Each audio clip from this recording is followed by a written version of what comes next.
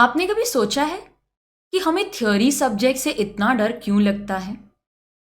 हम क्यों ऐसा सोचते कि भाई ये एक सब्जेक्ट है जिसमें मुझे बहुत कम मार्क्स मिलने वाले हैं? देखो, डरने डरने की कोई बात नहीं और इनफैक्ट डरना नॉर्मल है। लॉ एक ऐसा थ्योरी सब्जेक्ट है जो आप पहली बार कर रहे हो सीए फाउंडेशन में। सीए इंटर में जाके डर थोड़ा कम हो जाता है पर जाता नहीं है। देखो, डरना बहुत ही नॉर्मल है, लेकिन उस डर को हम ओवरकम करके अच्छे मार्क्स कैसे ला सकते हैं, ये हमारी हमेशा कोशिश होनी चाहिए। तो स्टूडेंट्स, ऐसा बहुत बार होता है कि हम रियलाइज ही नहीं कर रहे कि अरे हम तो गलत तरीके से पढ़ रहे हैं। इनफैक्ट सब्जेक्ट बहुत ईजी है, हम ही उसे कॉम्प्लिकेट कर रहे हैं। क्वेश्चन आता बहुत ईजी है एग्जाम में, लेकिन हम इतने डरे हुए रहते हैं कि हम फिर वो समझ नहीं पाते कि उसमें क्या लिखें। आप अगर इस वीडियो को आखिर में देखोगे तो इन 5 मिस्टेक्स को अवॉइड करने के बाद आपको लगेगा कि यार, पेपर तो बहुत इजी था और हमें डरने की बिल्कुल भी ज़रूरत नहीं है। So let us see what are the 5 common mistakes which students commit and score less marks in law. देखो, law is the only theory writing subject in CA foundation. तो फाउंडेशन में आते ही बाकी सब प्रैक्टिकल सब्जेक्ट्स में अगर आपको एक थ्योरी सब्जेक्ट मिलता है तो डरना नॉर्मल है। इंटर में जाके हम थोड़े सीजनड हो जाते हैं, हमको लगता है यार एक बार हमने पेपर लिख दिया, अभी अभी हम प्रिपेयर्ड हैं। लेकिन वहाँ पर भी सिलेबस इतना वास्ट है ना कि वो डर फिर वापस आ जाता है, थोड़ा कम हो जाता है लेकिन वापस आ जाते हैं। फाइनल में जाके तो भाई हम चैंपियन हो जाते हैं, अभी तो तुम कोई भी पेपर दो तो हम लिख देंगे। तो मेरे सीए फाउंडेशन और सीए इंटर के बच्चों के लिए खास ये वीडियो है। सबसे पहली मिस्टेक जो स्टूडेंट करते हैं that they don't read the instructions and questions carefully. मैं आपको एक सीक्रेट बताऊं, आपके क्वेश्चन में ही ना आंसर छुपा होता है। भाई हम उसको सिर्फ पहचान नहीं पाते। Hint is always in the answer, in the question. आप देख लेना, कोई भी अटेम्प्ट का पेपर ले लो, द प्रैक्टिकल क्वेश्चंस की बात कर रही हूं मैं obviously, the answer is always hidden in the question. वो एक हिंट है जो आपको बता देगा कि एक्चुअली वो क्वेश्चन आपको कौन से प्रोविजंस लिखने के लिए बोल रहा है।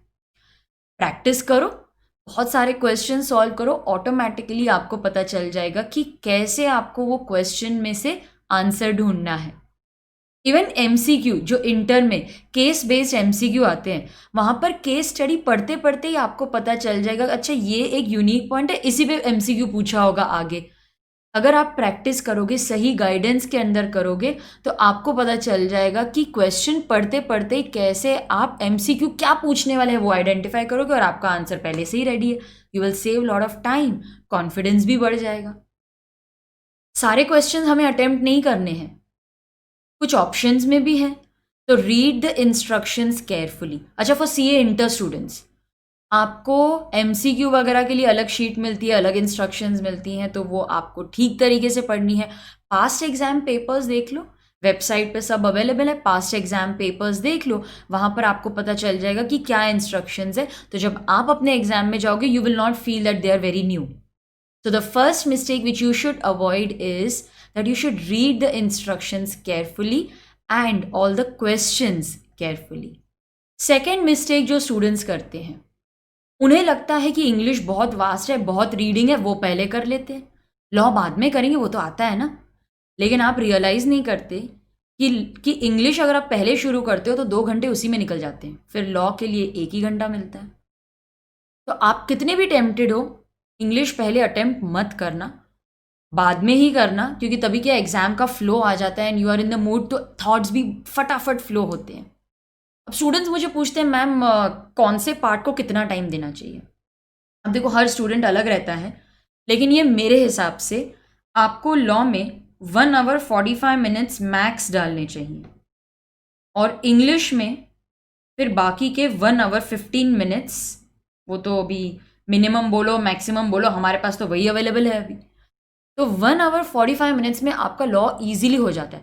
इंग्लिश में इतना टाइम काफ़ी है, क्यों? क्योंकि वहाँ पर 1 मार्क, ऐसे 1 मार्क के भी काफ़ी क्वेश्चंस आते हैं, मीनिंग्स वगैरह वो तो हमारे 10 सेकेंड्स में हो जाएंगे सॉल्व करके। तो टाइम ज़्यादा लगता है लेटर राइटिंग में, आर्टिकल में, कॉम्प्रीहेंशन पढ़ने में, तो I think 1 hour 15 minutes is sufficient. 1.5 hour ले लो, लेकिन उससे ज़्यादा टाइम मत डालना। Never start your paper with English, क्योंकि हमारी आदत होती है कि हम हमेशा पेपर के शुरुआत में ना एक्स्ट्रा सोचते हैं, एक्स्ट्रा नीटली लिखते हैं, एक्स्ट्रा टाइम डालते हैं। फिर बाय द टाइम आधा पेपर कंप्लीट हो जाता है, फिर रियलाइज होता है अरे टाइम तो बाकी नहीं है, पेपर सिर्फ आधा ही हुआ है। So don't commit the mistake of attempting English first, law he attempt करना है। Third mistake committed by students, starting the answer with either yes और नो। हमारी तो आदत है, yes it is correct, yes he will win the case, yes it is valid, ऐसे answer नहीं करना है। आंसर की शुरुआत कभी भी येस या नो से मत करना। It doesn't look good, it's not proper presentation. सबसे पहले आप थ्योरी पॉइंट्स लिखो, सेक्शन नंबर से शुरू करो अगर आपको आता है। केस लॉ लिखो आपके फर्स्ट पैराग्राफ में। तो इन सब इंपॉर्टेंट चीज़ों से शुरुआत करो। येस या नो लिखने की ज़रूरत नहीं है, that is not the right way, that is not the correct way of presenting the answer. The fourth mistake committed, writing theory questions in paragraph form instead of point form. अब हम क्या करते हैं ना, हम लिखना शुरू कर देते हैं, फिर रियलाइज होते हैं ओ गॉड ये तो पॉइंट फॉर्म में लिखना था, अब छोड़ नहीं सकते। फिर आदत बन जाती है पैराग्राफ में लिखने की, हेड पॉइंट्स हमें याद नहीं रहते हैं। तो स्टूडेंट्स, वेबसाइट में मैंने फ्री में डाउनलोड्स रखे हैं, वहाँ पर जाओ, हेड पॉइंट्स हैं वो डाउनलोड करो, रोज उसे पढ़ते रहो, आपको हेड पॉइंट्स याद हो जाएंगे। अब अगर आपको हेडिंग्स याद हैं तो अंदर का मैटर तो ओन वर्ड्स में लिख ही सकते हैं ना। तो थ्योरी पढ़ने का सबसे सही तरीका क्या है? थ्योरी क्वेश्चंस में आप पहले हेडिंग लिखोगे, उसे अंडरलाइन करोगे, and then you will write the explanation, leave a line. फिर आप हेडिंग लिखोगे, उसे अंडरलाइन करोगे, एक्सप्लेन करोगे, अगेन लीव अ लाइन। ऐसे करते करते आप अपना आंसर लिखोगे for theory questions. Presentation is very important. Make it very easy for the examiner to check your paper. Keywords underline करो, बहुत ज़्यादा नहीं, keywords identify करो, underline करो, and then देखना फिर आपको अच्छे marks लाने से कोई नहीं रोक पाएगा। Fifth mistake which students commit is improper time management. अच्छा, एग्ज़ाम के पहले जब आप अपना टाइम टेबल बनाते हो तभी भी टाइम मैनेजमेंट बहुत इंपॉर्टेंट है, और एग्ज़ाम के उन 3 घंटों में भी it is very important to manage time, वरना पूरे साल की मेहनत बेकार जाएगी। तो पहले क्या करें हम, एक टाइम टेबल बनाओ और उसे फॉलो करो। आपका फ्रेंड क्या कर रहा है, उसने क्या सब्जेक्ट लिया है, वो क्या पढ़ने वाला है, उसने कितना 12 घंटे पढ़ रहा है, वो मत देखो। अपने कैलिबर को आइडेंटिफाई करो, खुद टाइम टेबल बनाओ। वो क्या पढ़ रहा है वो मत पूछो।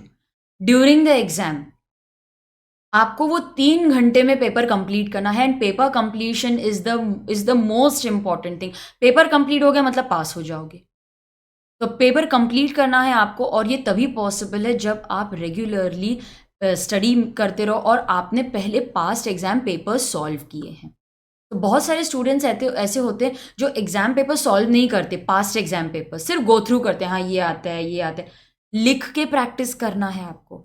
मेरे हिसाब से आपको हर सब्जेक्ट के at least 2 papers, past exam papers लिख के प्रैक्टिस करने चाहिए, तो ही आपको आपकी स्पीड का अंदाज़ा आएगा और तभी स्पीड बढ़ेगी। जब आप स्टडी करने बैठते हो तो एक पेपर रखो, पेन रखो और लिखते जाओ, बस important words, important sentences, keywords लिखते जाओ, लिख के प्रैक्टिस करो, आपकी स्पीड ऑटोमेटिकली बढ़ जाएगी। तो स्पीड बढ़ जाएगी, आपको कॉन्फिडेंस आएगा, आपका पेपर टाइम पे ख़त्म हो जाएगा। 100% ख़त्म हो गया तो पास तो हो ही जाओगे ना। तो टाइम मैनेजमेंट बहुत इंपॉर्टेंट है, और ये तभी आएगा जब आप पास्ट एग्जाम पेपर्स टाइम लगा के पढ़ोगे, टाइम लगा के सॉल्व करोगे। एक जगह फिक्स कर लो कि मुझे इधर ही बैठ के पढ़ाई करनी है, मैं इधर ही बैठ के पेपर सॉल्व करने वाला हूँ। एक क्लॉक रखो, 3 आवर्स का टाइम अपने आप को दो, वो पेपर वही टाइम में आपको सॉल्व करना है, और फिर एनालाइज करो कि मैं कहाँ पर क्या मिस्टेक कर रहा हूँ। आई एम वेरी श्योर अगर आपने ये 5 चीज़ों का ध्यान रख लिया तो आपको अच्छे मार्क्स तो मिलेंगे ही मिलेंगे।